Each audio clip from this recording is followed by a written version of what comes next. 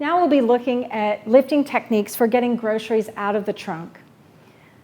I'd like to demonstrate the incorrect way to do it, because the way usually people do it is to stand in front of the trunk. They round their back in order to get the groceries out of the trunk. And sometimes they even lean against the trunk, which is not a bad thing, but in order to get the leverage to be able to get the bag out of the trunk, they have to round the back, and then they're loading an 8 to 10 pound weight on their spine, directly on the vertebral bodies, and then lifting an object. So not a great idea if you have low bone density and are at risk for fracture.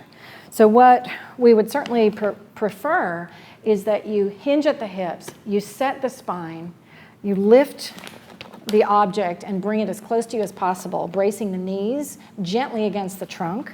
Pull the object to you by drawing the shoulder blades down and back, and then stand up. So that would be a much better way, much safer way to pick up groceries out of the trunk. Let's have Sandy do the technique. So we're going to use the dowel behind the back. And if you could, again, bring your head, mid, back, and sacrum against the dowel. And then you can, once you hinge forward, you can look down at the object, and you're going to brace your knees against the trunk, and then bend at your hip joints, and then reach your hands underneath the bag. Now, before you actually pick it up, if you could set your shoulder blades down and back, exactly, and then stand up. Perfect. And then shoulders down even. And you can get a better grip on the bag as you get it close to you and just brace it against your body. And then do it again, hinging at the hips, placing it down, and back up again. All right, very good. That looks great.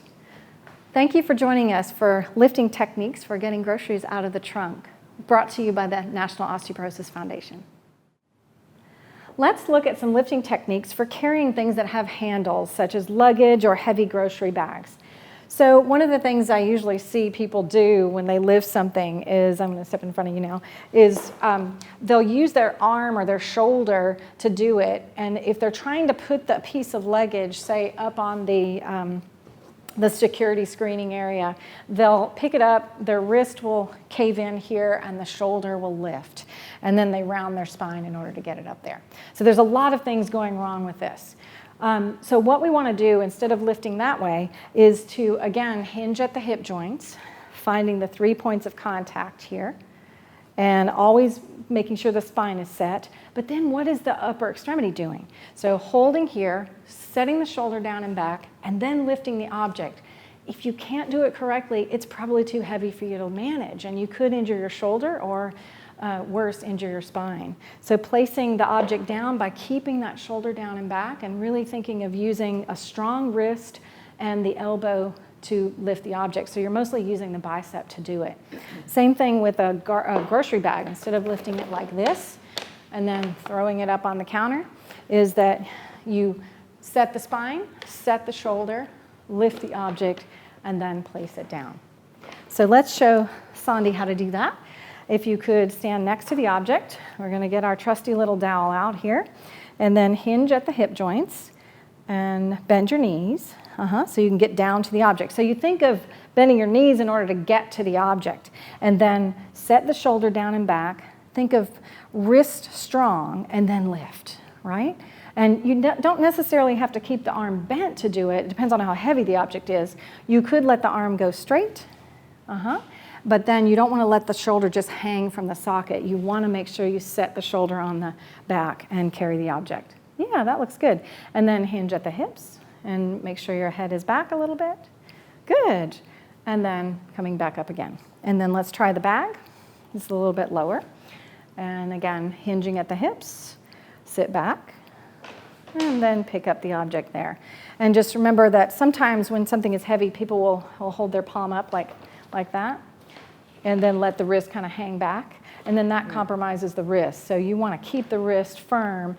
Either thumb up is usually easier, or just keep the wrist firm if you're going to lift it like that. Okay. Excellent. All right. Thank you very much. Those were general recommendations for lifting things with handles from the National Osteoporosis Foundation. Now we'll be looking at recommendations for picking up small children or pets from the National Osteoporosis Foundation.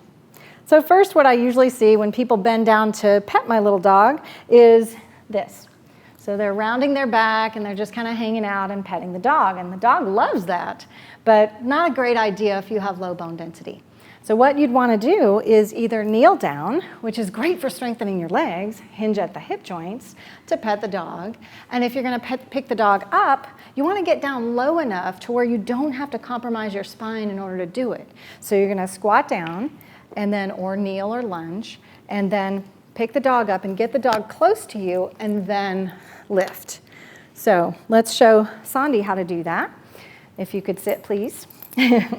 Sit. Sit. Very good, very good. Okay, Sandy, we're going to take the imaginary dowel, place it behind your back, and then step forward with one foot, and then hinge at the hip joints to pet the dog or to pick the dog up. Take the dog and bring it close to you first. So I would bring it a little closer to you first. Make sure you've got really good hold on the dog. And then, because if the dog tries to jump out, then that's going to compromise your body. So now bending down. Excellent. And then let's try again. And then, right? Sit. Bring the dog close to you first, then pick it up. Exactly, that would be safer. Now we're going to do it one more time, and I want you to do it with your shoulders down, really setting those shoulders on your back. It's a lot to remember when you're trying to handle a child or a dog that's moving around. It's a much more challenging maneuver to be able to pick something up that's moving. All right, B, sit down. Sit. Very good. Okay. Yeah, so take the dog, put it close to you, shoulders down and back, and then standing up. That's much better. Those were lifting recommendations for picking up a small child or a pet from the National Osteoporosis Foundation.